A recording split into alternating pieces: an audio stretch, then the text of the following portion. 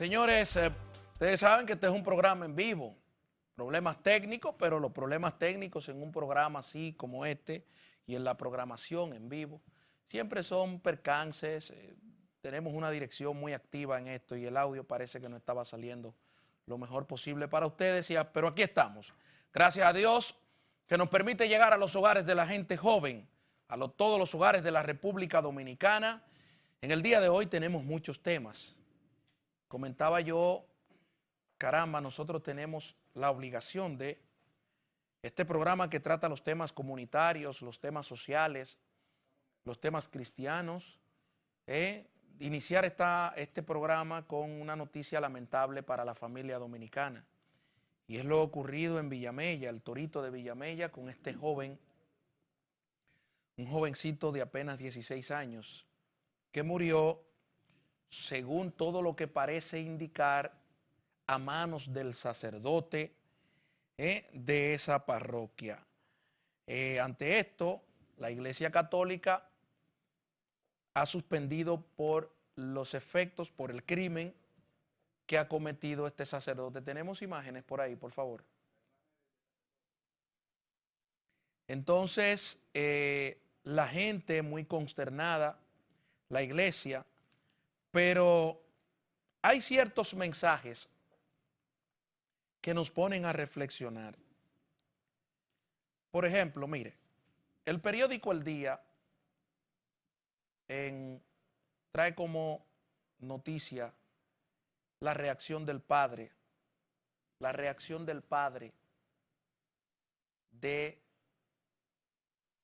este joven, el joven que en vida se llamó Fernely Carrión Sabiñón.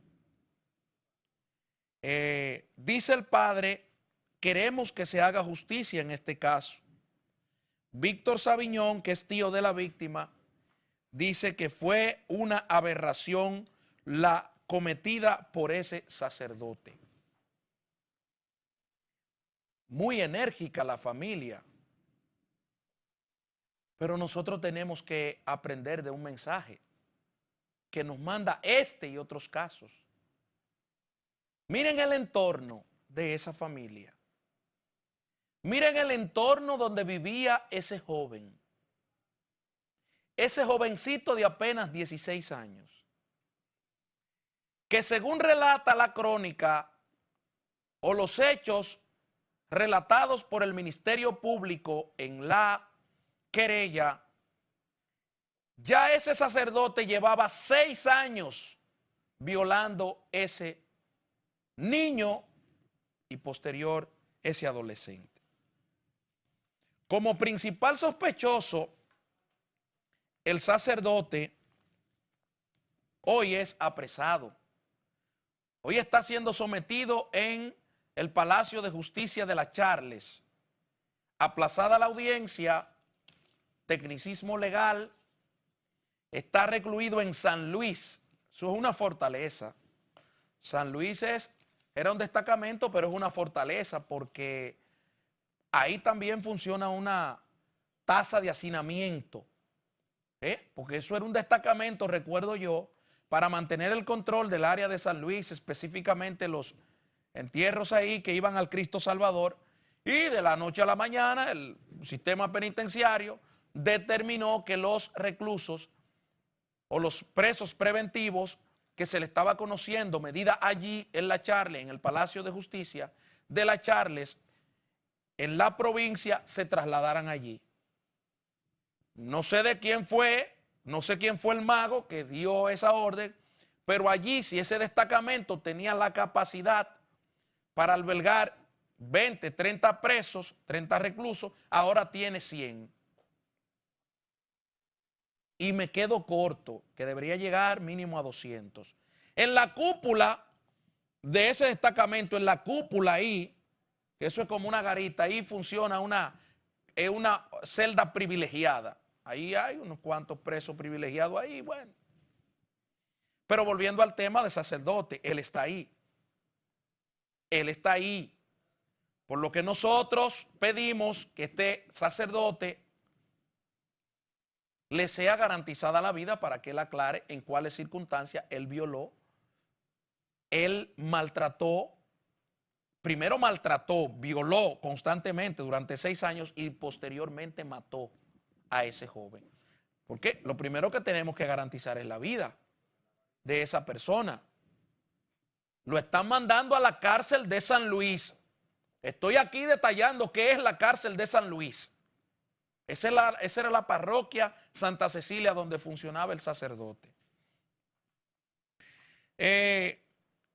Por ejemplo, yo le quiero hacer varias preguntas a la familia que la veo muy enérgica pidiendo justicia para el sacerdote, cosa que nosotros la pedimos también. Queremos que si ese sacerdote, que no es de Dios sino del diablo, cometió ese hecho, como todo parece indicar que lo cometió, se le condene a 30 años por confeccionarse, por estar establecidos los elementos constitutivos que tipifican el asesinato.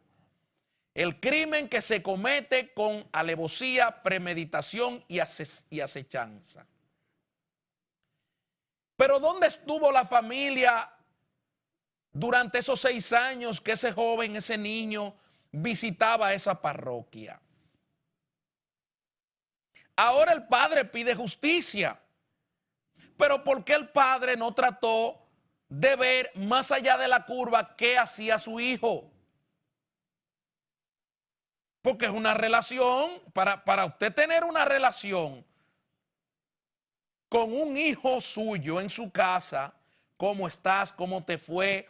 ¿Qué has hecho? Una supervisión, un constante monitoreo de la familia hacia el niño, hacia el adolescente.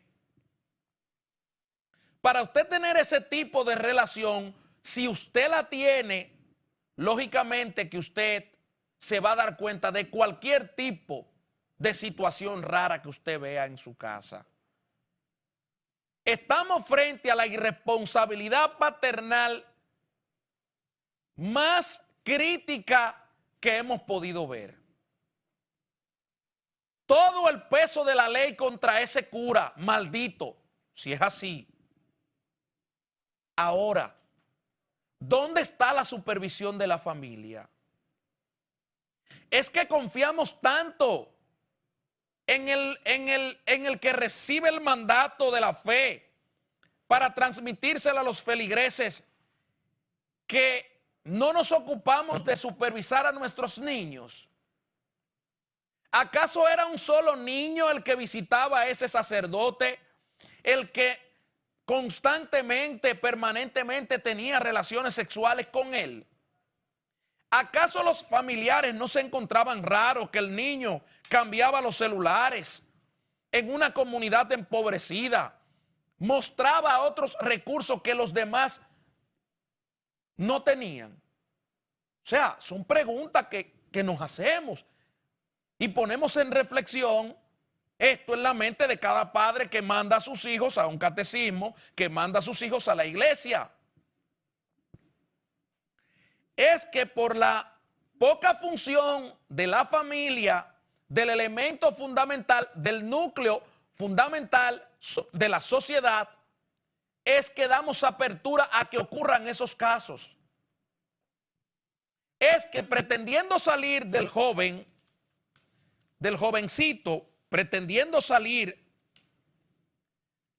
en un momento cuando él tiene 10 años, no nos damos cuenta que el tiempo ha pasado. ¿Y quién se da cuenta entonces? La población dominicana, cuando es estremecida porque la iglesia suspende a un sacerdote. ¿Y por qué lo suspende al sacerdote? Porque es el principal sospechoso de haber asesinado a un jovencito, el cual era su monaguillo, su principal colaborador en la iglesia. Podría decirse, ¿es el nombre de la iglesia? No. Él es un activo de la Iglesia Católica, pero no destinó, no llevó el mensaje que Cristo envía con los terrenales aquí. Es decir, con ese personal en la tierra llámese cura, llámese pastor, llámese intermediario de Cristo en la iglesia, con ese es el que está llamado a tramitar ese mensaje, a transmitir ese mensaje a la sociedad empobrecida. Entonces ese invierte esos valores y entonces el hombre sale del closet, se deja el sacerdote, el hombre perverso, el hombre que no tiene la más mínima educación, y entonces comete el acto delictivo que es la violación al menor. Pero si hubiese una prevención familiar, ese jovencito ya estuviera vivo. Porque la familia estuviera atenta de lo que está pasando constantemente con el joven.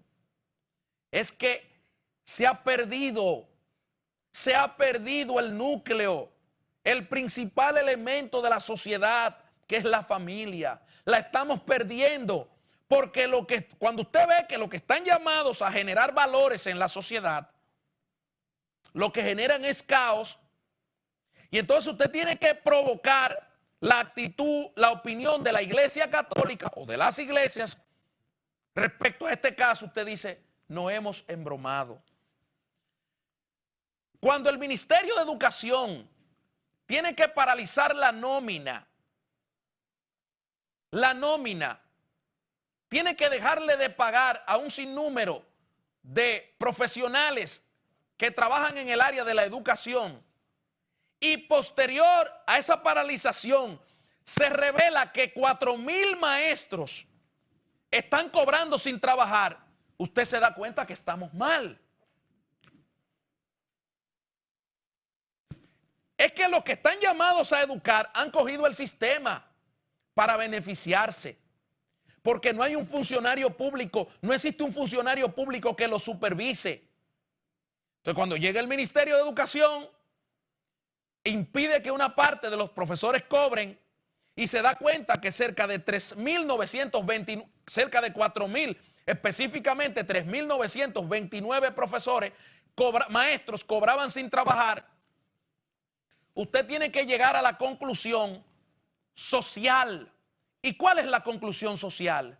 ¿Qué piensa un país sobre estas cosas? ¿Con qué se despierta un país? Estremecido ante la suspensión de un sacerdote por asesinar a un joven.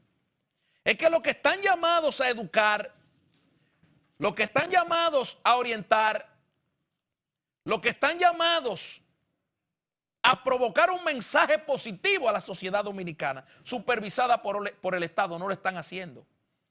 Pero los que están llamados a fortalecer esa supervisión, que son los padres, también están en Belén, y los pastores. Ese caso está ahí porque los padres estaban en Belén con los pastores. 6 años. ¿Qué pasa en 6 años? En 6 años usted se hace profesional y estudia una maestría. En 6 años cambia prácticamente un modelo a corto plazo. Modelo que está pasando con nuestra sociedad dominicana, que tiene que ser un referente moral, tiene que sustituir a la familia un sacerdote que usted no sabe cuál es su pensamiento diario. Tiene que sustituir al padre, sustituir la madre, y las necesidades perentorias de ese joven se las tiene que cubrir el sacerdote. Es que no nos damos cuenta. Hoy despertamos con el mal, pero lamentablemente era corregible, pero lamentablemente ahora ya no es corregible. ¿Usted sabe por qué? Porque ese joven está lamentablemente enterrado, sus familiares sufriendo. ¿Culpa de quién? Principal, de la familia, y segundo, del Estado. Cambiamos de tema y regresamos en breve. Lo que vale en la vida no anda en mis bolsillos. Ay de mí si ya me olvido. Mientras se resuelve el chisme barato y de patio de la Cancillería General, de la Cancillería o del Ministerio de Relaciones Exteriores de la República Dominicana,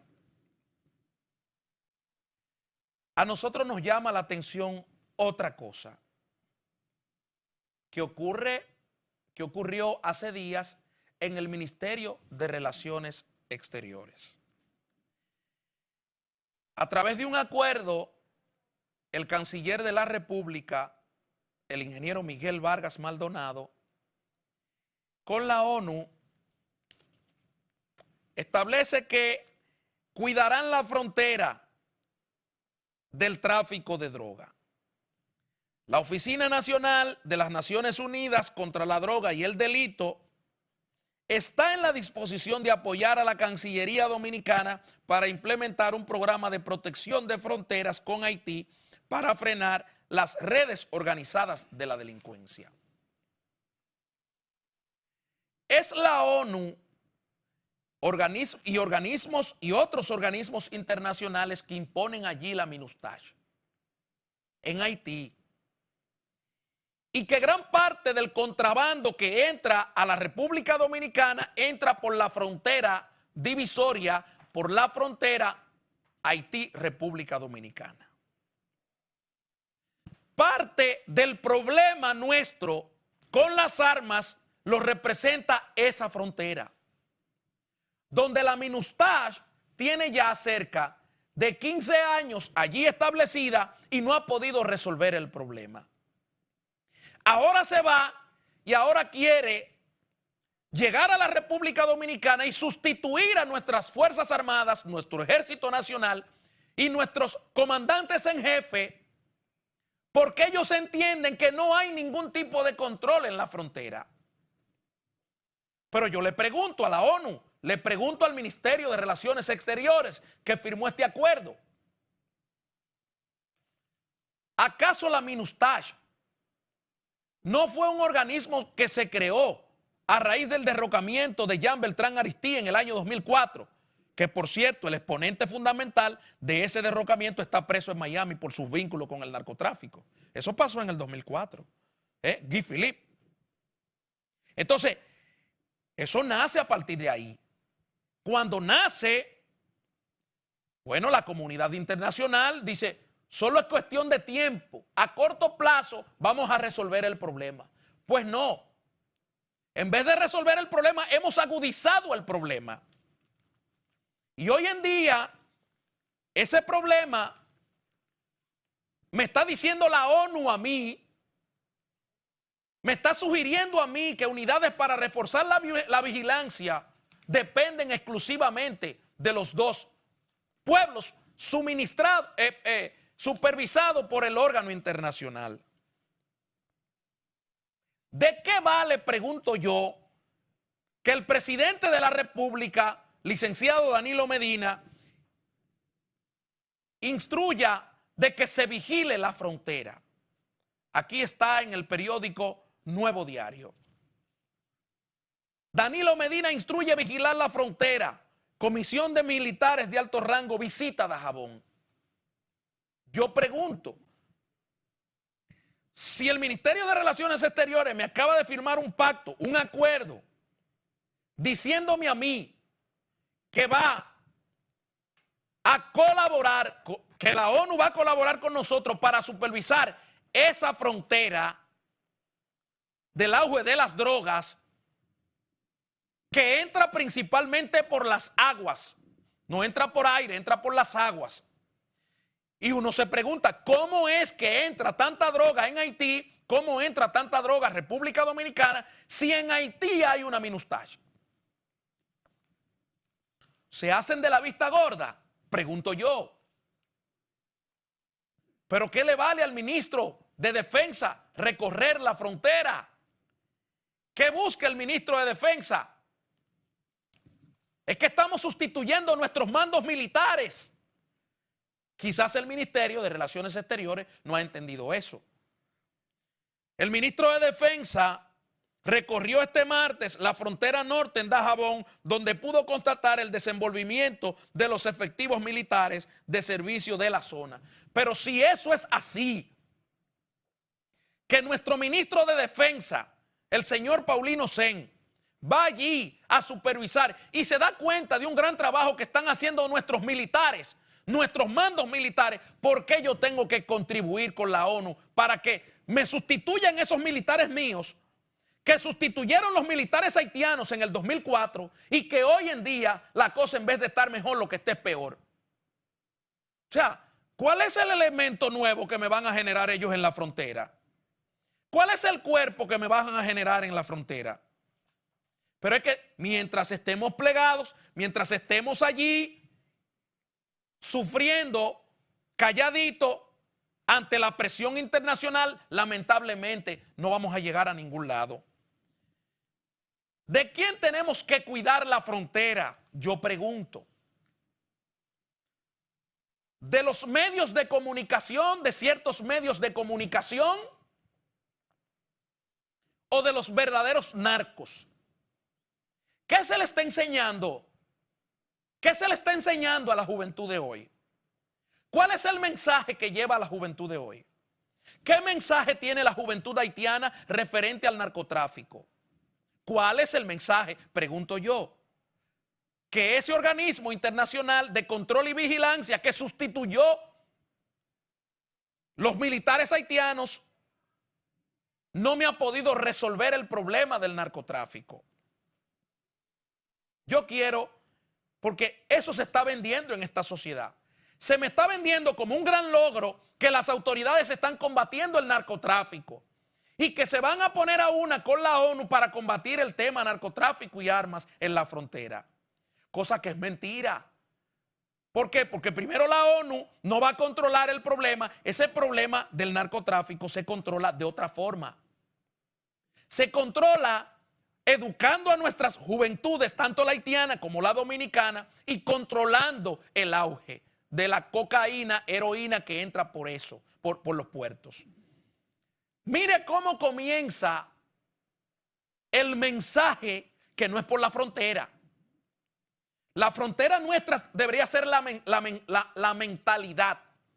¿Qué puede producir un joven en su entorno? ¿Qué es producido en el entorno del joven por las autoridades competentes? No necesariamente las militares. Todo el conjunto de la sociedad dominicana. ¿Qué me le están vendiendo al joven dominicano en el día de hoy? Mire, periódico El Nacional, página 21. Mire lo que se está promoviendo en este conuco con bombillo, como dice Ivonne Ferreira. Ahí está. Un narco audaz llamado El Chema. La exitosa serie, oigan cómo comienza esto, página 21 del periódico El Nacional. Así comienza el mensaje subliminal hacia el joven dominicano. Hacia el joven dominicano que va activo a poner esa novela, esa narconovela. Nada más y nada menos que el día de la restauración de la independencia dominicana, el 16 de agosto. Es decir, ese día se va a inaugurar una narconovela que se llama El Chema. ¿Y cuál es la sinopsis? ¿Cuál es el mensaje que va a mandar esa novela? La exitosa serie llega a las pantallas dominicanas desde el 16 de este mes por Telesistema, Canal 11, porque tenemos que, lo dice. Oigan, primer párrafo.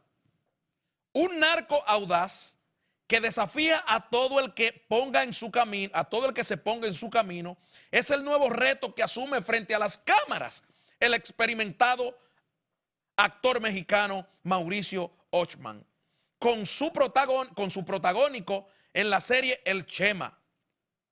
El personaje llamado Chema Venegas empezó en el crimen organizado y subió por las filas para convertirse en la cabeza del cártel que dirige en la serie El Señor de los Cielos.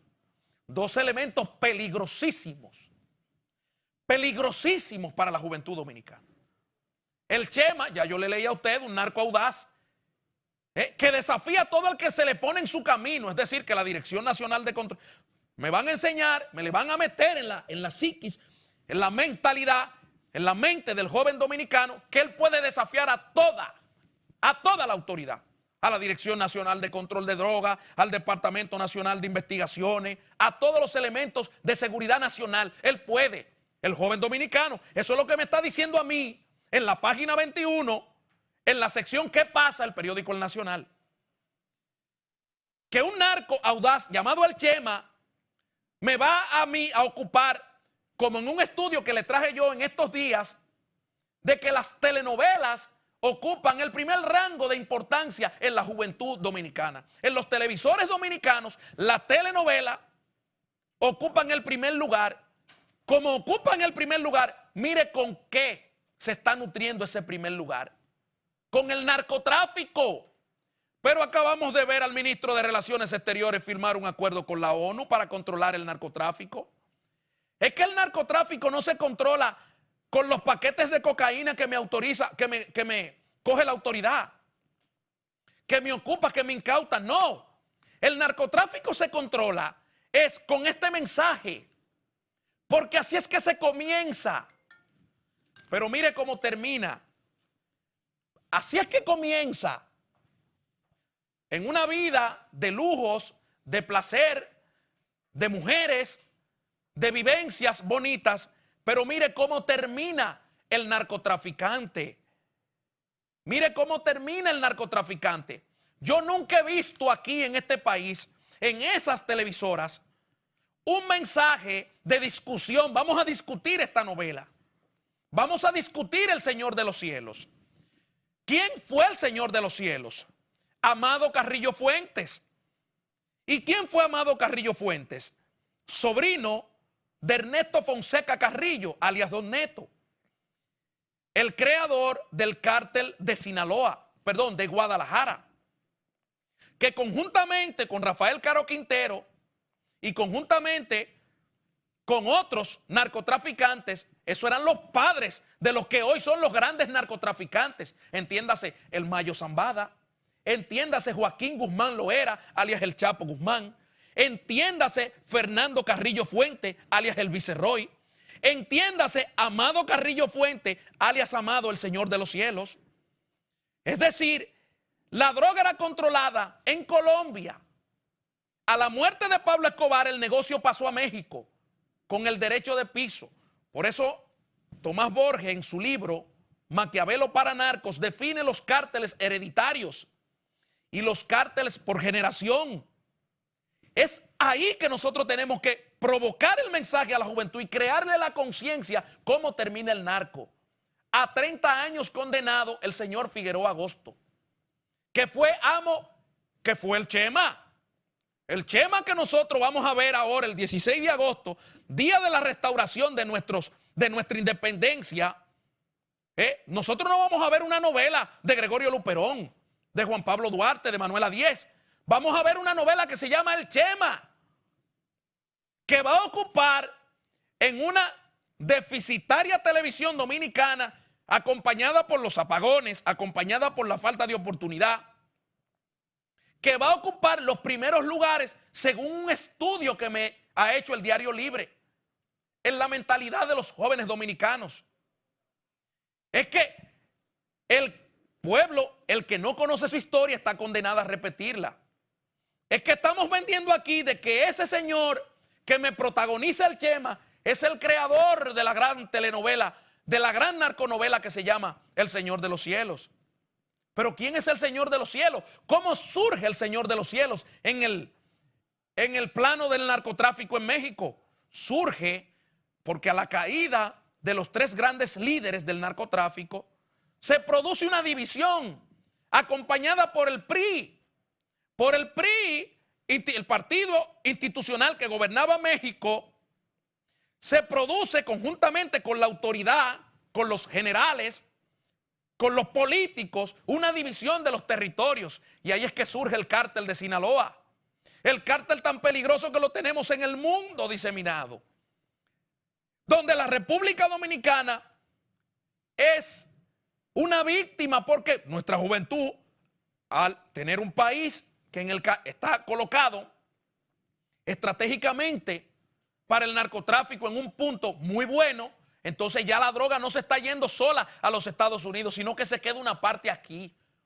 Por eso el general Rafael Guerrero Peralta, ex director de la Dirección Nacional de Control de Drogas y hoy presidente del Consejo Nacional de Control de Drogas, dice que el 80 o quizás el 90% de los actos de violencia que se cometen en la República Dominicana influye la droga. Es que no tenemos gente que conozca este tema. Es que le estamos vendiendo a la juventud un mensaje mientras el presidente de la República, el ministro de las Fuerzas Armadas, el canciller de la República me están firmando un acuerdo con la ONU para controlar el problema de la droga en la frontera.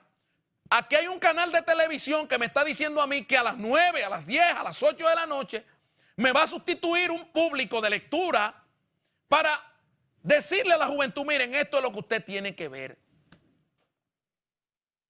¿A dónde está el estudio, por ejemplo, el estudio sistemático, histórico, de lo que representó el cartel del norte del Valle del Cauca? El cartel de los sapos. Ese cartel de los sapos que nos reíamos tanto con el Cabo y Guadaña, de las cosas que hacían el Cabo y Guadaña, ese es el cartel del norte del Valle del Cauca en Colombia. El Cabo es Wilmer Alirio Valera, alias Jabón, sicario que muere en Venezuela, en Mérida, después de irse huyendo para que no lo extraditaran. ¿Quién es Guadaña? ¿Quién es Guadaña? Apellido Fomeque, hermano de Víctor Patiño Fomeque, condenado a 5 años por su colaboración, a quien el cartel del norte del Valle del Cauca le mató toda la familia, incluyendo al tocayo, a Guadaña. ¿Quién es Oscar Cadena?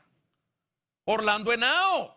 ¿Quién es Fernandito Henao? Es Pepe Cadena. Es decir, es que no propiciamos la lectura de los temas narcotráficos porque le tenemos miedo, pero preferimos mejor entregárselo allí. ¿Quién es aquella bella actriz Natalia París?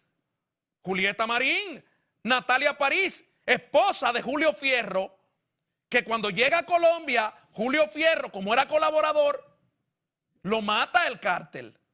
Es decir, estamos recibiendo el patrón del mal, pero no sabemos quién es Popeye.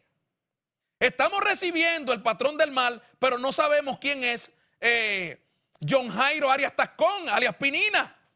Es decir, tenemos una deficiencia en el conocimiento de los temas narcotráficos.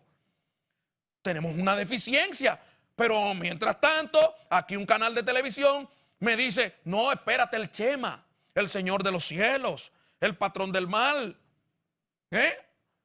Miren por dónde va. Entonces después queremos que, espérate, la sociedad despierta, consternada con un cura que mató a un muchacho. Ajá, pero es producto de la irresponsabilidad, de la falta de control en esta sociedad. Es que no propiciamos el conocimiento en nuestra juventud. ¿Qué representa lo bueno y qué representa lo malo? ¿Qué piensa un joven? ¿Qué piensa un niño cuando ve ese narcotraficante en una piscina? Piensa esto, que va a terminar así. Piensa que Figueroa Agosto, después de haberlo tenido todo, Ferraris, mujeres, de todo, piensa en que Figueroa Agosto terminó a 30 años. No, porque esto quizá ni se comente. Ahora él va a aprender lo que ve. ¿Y qué ve? Los lujos. ¿Qué ve? Las glorias. Él no ve el problema. Él ve lo que me está vendiendo un canal que me dice que se va a inaugurar una telenovela que dice un narco audaz que desafía a todo el que se ponga en su camino. ¿Y cuáles son los que se ponen en el camino de un narcotraficante? No es la autoridad, no es la Dirección Nacional de Control de Drogas, no es el DICAN, no es la Policía Nacional, no son las Fuerzas Armadas. Cuando entendamos ese mensaje, cambiaremos la sociedad. Vamos a la pausa y enseguida volvemos.